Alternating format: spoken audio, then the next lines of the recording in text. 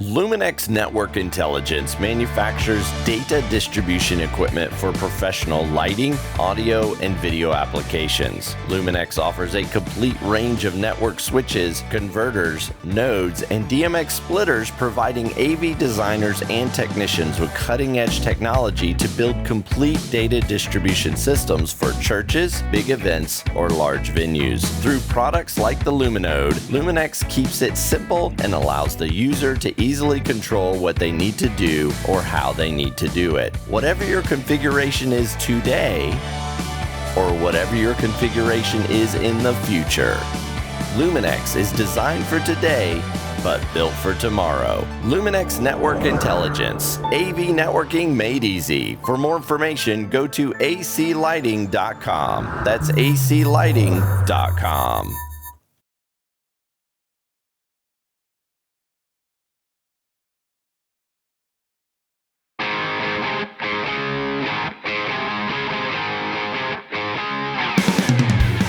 This is the Tech Arts Podcast, where we talk about tech, leadership, and all things that concern church audio, video, and lighting. Welcome to the Tech Arts Podcast and the Earthworks Audio Studios. My name is DL. So glad to have you joining us today. Today's episode is part 2 of our conversation with Anthony Stofflet. Special thanks to Luminex and AC Lighting for sponsoring this episode and loaning us Anthony for this amazing conversation. If you missed part 1 of this podcast, make sure you go and check it out. Part 1 had a church tech tip where we talked about the Luminode. This is a powerful device that is really helping churches make a better and more reliable connection to their lighting networks. Matter of fact, Luminex is letting us give away one of these devices for free. To register to win, go to techartspodcast.com and click the Enter to Win button. So that's techartspodcast.com. Just go there. You'll see the Enter to Win link. Click it, and you too can have a chance to win the Luminode. Today, though, Anthony and I get into a deeper discussion on lighting. We specifically talk about haze and how to use it effectively. Plus, we talk about when and how you should scan the audience with lights. That means, when should the lights hit the audience in the eyes? Plus, we talk a few more lighting insights that you don't want to miss out on. But right now, we need to pay the bills. Don't go anywhere. Our podcast on networking and lighting continues in just a few minutes. Hang on.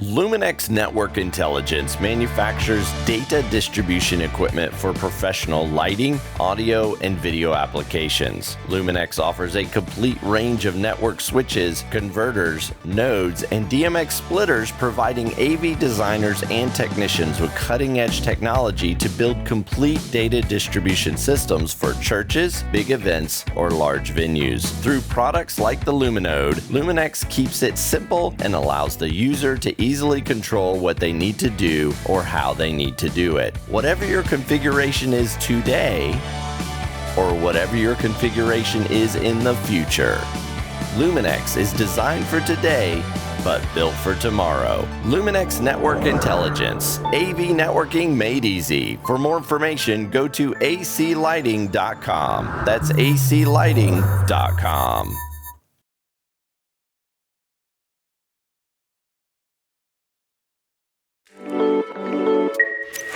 What's MXU? We get asked that all the time. MXU is the platform for churches to recruit, train, and retain their volunteer teams. It starts with our vast content library with discipline-specific training videos. You can assign videos to team members, upload your own videos, and you can even organize them into courses for a more guided approach. You can keep track of a volunteer's watch progress and check in when they might be falling behind. And with groups, you can keep track of multiple teams and assign roles to specific users to give them the ability to manage your volunteer team. It doesn't matter if you're a team of 5 or 50, MXU will help you care for and stay on top of training for each volunteer. This is MXU, used to help churches recruit, train, and retain their volunteer teams. Join the community and start using MXU for free today.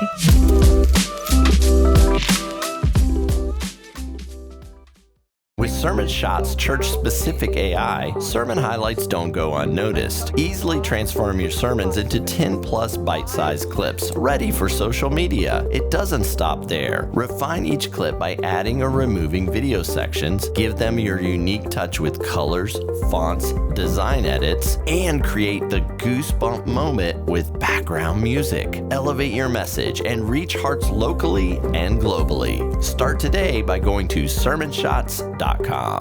From front of house to center stage, for over 25 years, Earthworks microphones have sculpted the sounds of your favorite concerts, venues, and performances. Earthworks Audio is a sponsor of the Tech Arts Podcast. We are so happy to have them on board and excited to promote the new Earthworks SR117 vocal mic and capsules. To find out more about Earthworks Audio or to get your hands on this mic, go to earthworksaudio.com. That's earthworksaudio.com. Capturing emotion with sound. earthworksaudio.com. From sold-out stadiums to intimate live performance venues, sound engineers agree on one thing for the best digital mixing consoles for live sound. The only name that matters is DiGiCo. As the recognized worldwide standard for live audio mixing, DiGiCo consoles are renowned for their industry-leading sound quality and ease of use. Whether your application is in a church, broadcast, theater, corporate, sports, or installed sound, DiGiCo offers compact and affordable products.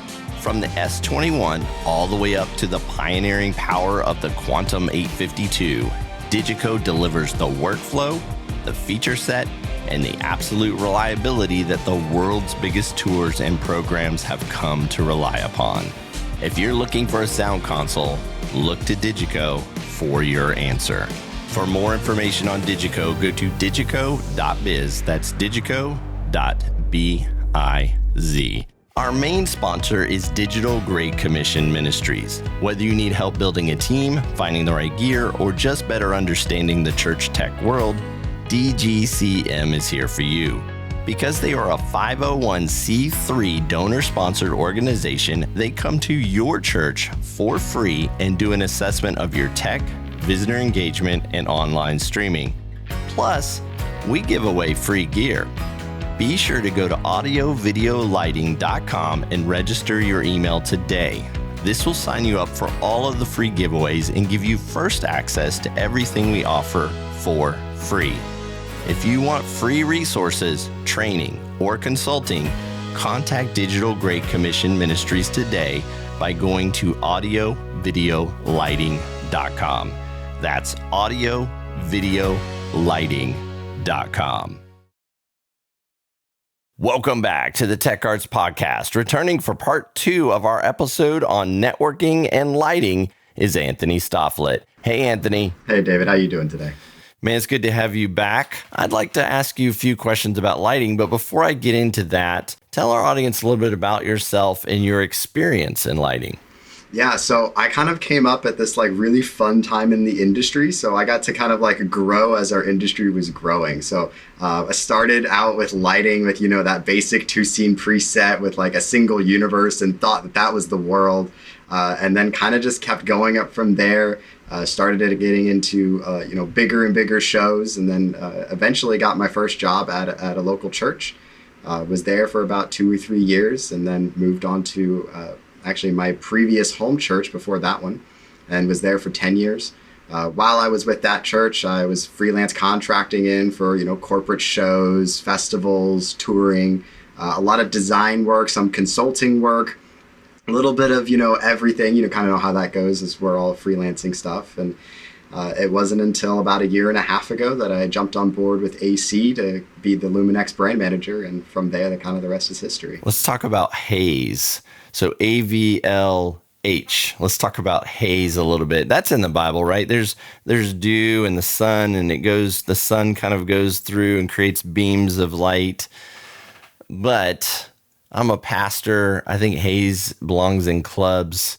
Help try to change that mind a little bit. Why haze in your service? I think a lot of that just comes down into what hazer are you using. So if you're getting into a haze problem and you're getting some of those descriptives of stuff like that, the first place I would check would be what hazer are you using? Because there are some really good hazers out in the market that just disappear when you don't have lights through them, which is really cool. And there's a difference between fog and haze. I think a lot of churches put a fogger on their platform and they fire that off, and then it looks like smoke. It does look a little clubby. I like to tell churches that the right amount of haze is if you turn on your house lights, it almost disappears.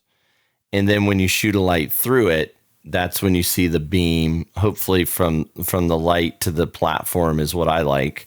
Because I think when I walk out early in the morning and I see the sun kind of coming through the trees, through the haze, I see those beams and textures and dimensionality. I'm trying to use big words here, man, to make me sound better than an audio guy. But that's kind of my philosophy when it comes to haze. Don't use a fogger. Use a hazer, and make sure that, like, when you turn the house lights on, you just don't see this like smoke across. That it's a beam that you're looking for. But give us your philosophy, Anthony. What's your philosophy on haze? Yeah, so I'm a really big nature person. You know, I have a lot of my history, a lot of my upbringing is very outdoors, very nature, and that's been my place with God.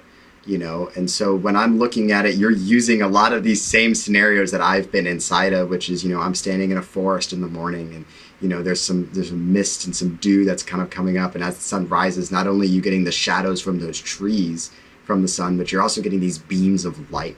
And so a lot of the things that I came into as an LD, especially inside of the house, inside of the church market, inside of services, inside of what we do, it really is just coming down to how can I replicate something that God's already doing?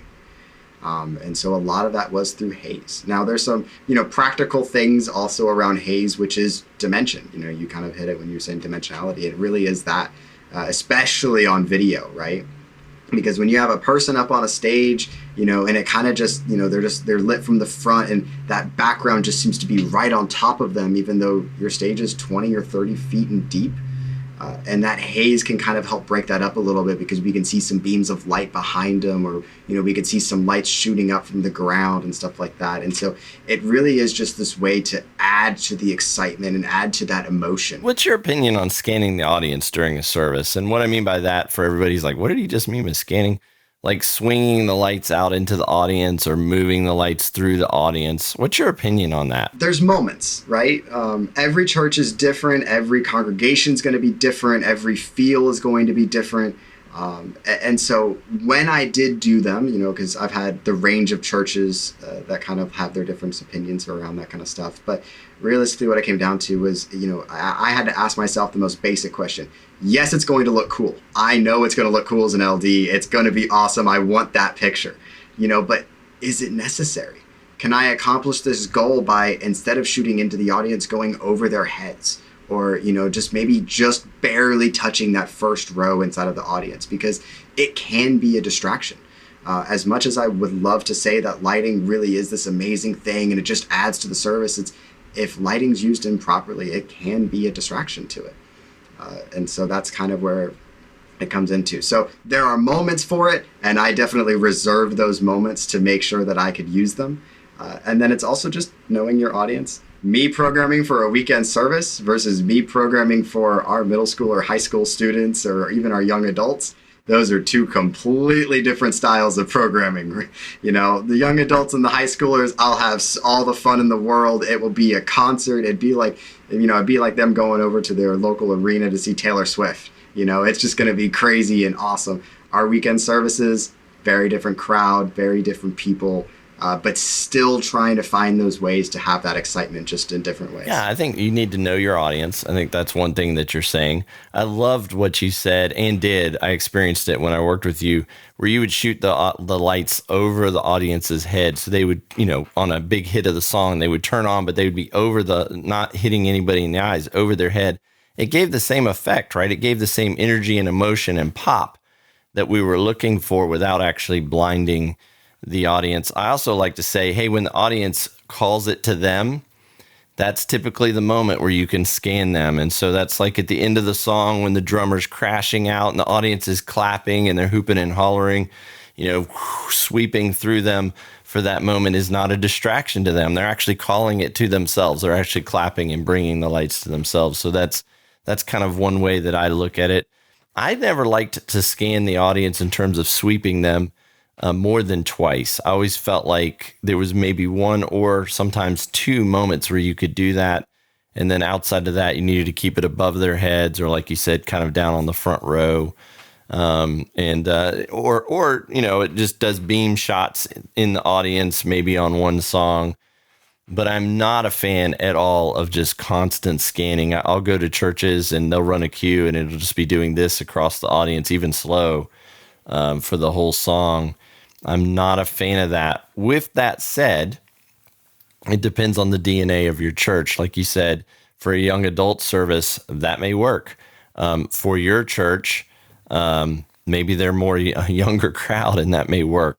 But typically, I think there's one or two moments where you scan them and the rest you can kind of do things on the walls and above the band and things of that nature that kind of bring it out. But blinders, a lot of churches ask me this question, what's my opinion on blinders? So I want to start with you. What's your opinion on blinders? And just so everybody knows, I'm not talking about a blinder that you put over your eyes. I'm talking about lights that blind the audience. I will honestly never forget the last night of worship that I think me and you did together. We were inside of this, inside of a great room. It had a great system inside of it. And we were having this conversation over like, hey, okay, so let's rent something. What are we bringing in? And my whole thing was like, yeah, I just need 8 blinders. That'd be great. Just 8 blinders. I'm going to put them right here on this truss and it's going to be awesome. And, and everybody on the team, David's cool. He knew what I was going for. He trusted me. But everybody else was just kind of like staring at me, just like, you want blinders. Out of everything in the world, you want blinders. Yeah. So a lot of this came down to, I knew the worship leader, I knew the room, I knew the everything. And so like, I knew these moments that were probably going to end up happening, right? And so this is where it gets into knowing your worship leaders. And, sometimes it's those a cappella moments. It's exactly what you were saying when you're blinding when you're scanning the audience. They're inviting it into them, kind of a thing. So who's been to a concert where the artist is up on stage and is like, hey, sing along with me or repeat after me. They'll sing something and then the blinders will turn on and the audience sings it. It increases that level of engagement and makes them feel a part of what's happening, because it is just a light that's facing them versus a light that's facing the stage. So there are just so many moments, whether those punches, those a cappella moments, these, big grandiose, or sometimes it's even candlelight services where it's just I just need this like little bit of a warmth, to come as if like, the candle that the person's holding in front of them is actually being lit and they actually can feel this, this energy from those candles. I think there are so many uses to blinders. Yeah, and it's not always 100% at the audience blinding them. Some blinders you can actually chase inside the blinder and do some really cool stuff. The reason why I am a big fan of blinders is because a lot of churches have video now. They have cameras now, and they're shooting the audience more and more and showing that to the people at home that are watching. And one thing that a blinder can do, it kind of takes me back to my old school TV days, when the audience clap lights would come on, the blinders would come up. Right? So the clap lights come on and the audience lights or blinders would come up and then the cameras would be shooting the audience at that moment. It's a very similar thing in a concert worship atmosphere. When the audience starts to sing, when it's their moment and the lead vocalists, aiming the mic at them or just letting them go a cappella, those blinders coming on now illuminate the room in a way that the cameras can see it better. Plus, it looks cool in the way that they're shooting out into the audience. But as that camera either sweeps or roams or shoots the audience, the blinders are now illuminating the faces for everybody at home that's watching. And so that's the reason why I like them a lot. I mean, obviously, don't hit your audience every 5 seconds. But when used in those right moments, and I think that's the key word there, moments, blinders are very, very effective. So, Anthony, just a couple practical things here. I'm going to ask you kind of 2 questions in one. The first one is, are backlights important? And I think everybody's going to say yes, but help us understand why they're important. And then secondly, I'm a small church. I have a small budget. What do I focus on first? Yeah, those are two really good questions, and two questions that even when I was consulting, I would probably get asked every single day, from, sometimes it's even the biggest churches that have all the money in the world, even to the smallest ones. And it's all at that point of scale, right? Backlights. Backlights are one of the more important things that I would put onto a stage besides front light. So when you're going into a project, you're going into an install or whatever, yes, I need to look at the very practical reasons behind a person up a stage. I need to be able to see them, and then I need to be able to hear them, right? So when it comes into that, I need to be able to see them, but most of us are doing video at this point. And so being able to have something on their shoulders so that way they don't just blend into the background, it makes the difference. Not even from the practical standpoint, but also from the creative standpoint. So I want everybody to hear what Anthony just said. Backlights are literally backlights. A lot of people hear backlights and they just think, well, let me just throw the lights everywhere on the platform. That's more candy. That's more candy lights. Backlights are literally lights that are lighting their back and giving some dimension to the person standing on the platform, right? Yep. So most of my stuff that I end up designing, they have dedicated fixtures for backlight only. That is their only job that they do. Eye candy, movers, washes, all these other things, they can be used as backlights. And a lot of times, we use them a lot for backlights as well because, this vocalist is over here and we want to just give a different color. We want a sharper beam, or, we want to put a gobo on their back or something like that. That's a very creative thing to do. Or Loishner would just say, give me a backlight over there. You're like, and okay, so, that candy light just became a backlight. It happened a lot. I wish I'd say it didn't, but it did. And it's not because the backlight system that I had wasn't good enough. It's that sometimes you just need something a little bit different. Sometimes you want it to not just be this wash of backlight. Because when you do your backlight right, it's almost as if the person could turn around and have a camera on the back of your stage facing the audience, and they're going to still be lit properly from the front. That if your backwash is done right, it's there. So backlight, I've learned to kind of start calling backwash with some integrators, because they see backlight as I want this hard edge beam to come down here. And it's like no. I need it to wash the stage in the back just as much as I have a front wash on that stage. That is a good term, backwash. Yeah, I'm going to write that down. I need to write that down. That needs to be a part of my vocabulary. New term. I've been doing this for 30 years. Backwash. Yeah. So the second part of that question, what's the most important thing, like a small church? Like, what do I focus on first? I don't have a lot of money. What do I focus on first? So new project, right? So let's get into I'm revamping something. Number one thing is infrastructure. So I kind of hit on this a little bit earlier, especially when we're talking about Luminex. It's the run Cat 5, run fiber. You can never go wrong with running those. And infrastructure is the number one thing that people have to deal with in the future when they go to expand over, oh man, I'm out of fiber. I'm out of Cat 5. And then trying to get, an installer to come back out, it's like, oh crap, now you gotta, dig up the floor and re-put a conduit in. It's just money.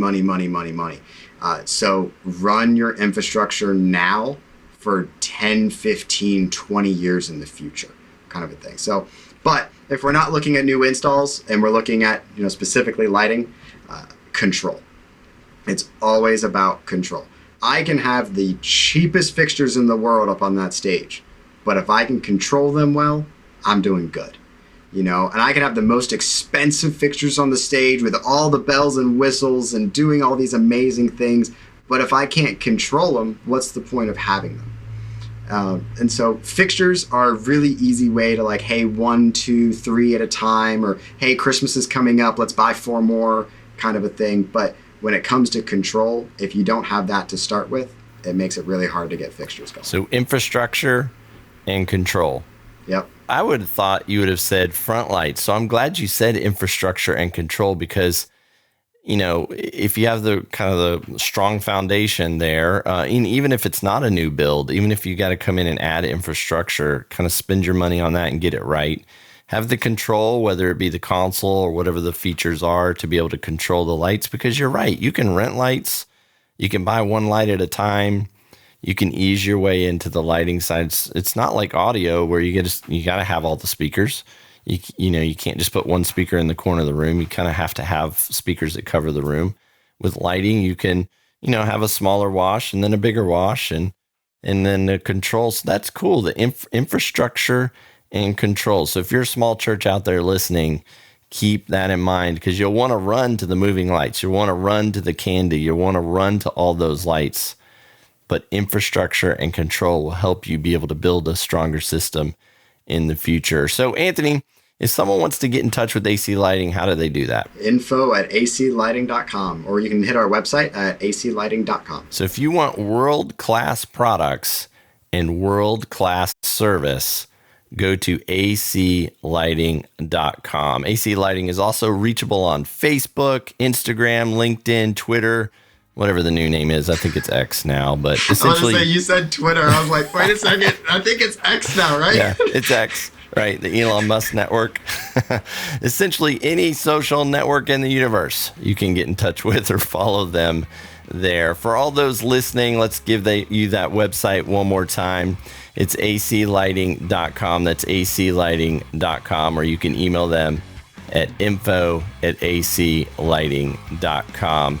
Anthony, thanks for coming on the Tech Arts Podcast and sharing your vast knowledge with our audience. David, it's been a pleasure. Thanks for having me. Well, that wraps things up for today's episode. I can't wait to talk to you on the next Tech Arts Podcast. Until then, I'm David Leuschner, signing off by wishing you a great day and praying God blesses every moment of your week. See you soon. You have been listening to the Tech Arts Podcast, presented by Digital Great Commission Ministries. DGCM is a 501c3 nonprofit that was started to help churches with all things technical. Whether you need help building a team, finding the right gear, or just a better understanding of the church tech world, DGCM is here for you. Find out more about our free on-site visits, reports, and consulting by going to audiovideolighting.com. Digital Great Commission Ministries will help you run your church service like a pro. Find out more at audiovideolighting.com.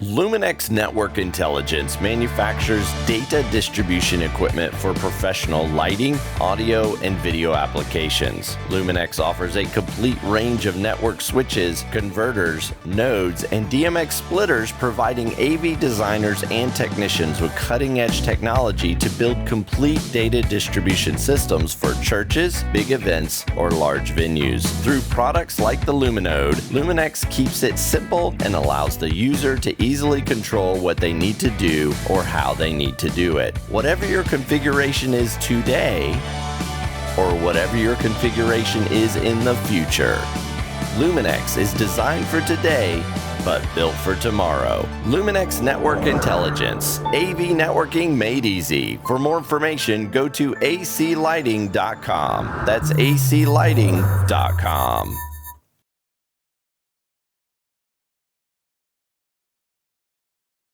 Sermon Shots church-specific AI, sermon highlights don't go unnoticed. Easily transform your sermons into 10-plus bite-sized clips, ready for social media. It doesn't stop there. Refine each clip by adding or removing video sections, give them your unique touch with colors, fonts, design edits, and create the goosebump moment with background music. Elevate your message and reach hearts locally and globally. Start today by going to sermonshots.com.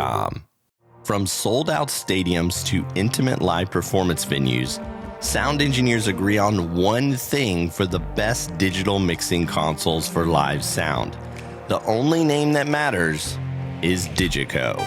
As the recognized worldwide standard for live audio mixing, DiGiCo consoles are renowned for their industry-leading sound quality and ease of use.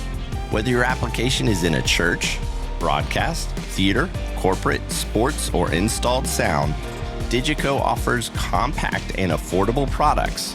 From the S21 all the way up to the pioneering power of the Quantum 852, DiGiCo delivers the workflow, the feature set, and the absolute reliability that the world's biggest tours and programs have come to rely upon. If you're looking for a sound console, look to DiGiCo for your answer. For more information on DiGiCo, go to digico.biz. That's digico.biz. From front of house to center stage, for over 25 years, Earthworks microphones have sculpted the sounds of your favorite concerts, venues, and performances. Earthworks Audio is a sponsor of the Tech Arts Podcast. We are so happy to have them on board and excited to promote the new Earthworks SR117 vocal mic and capsules. To find out more about Earthworks Audio or to get your hands on this mic, go to earthworksaudio.com. That's earthworksaudio.com. Capturing emotion with sound. earthworksaudio.com.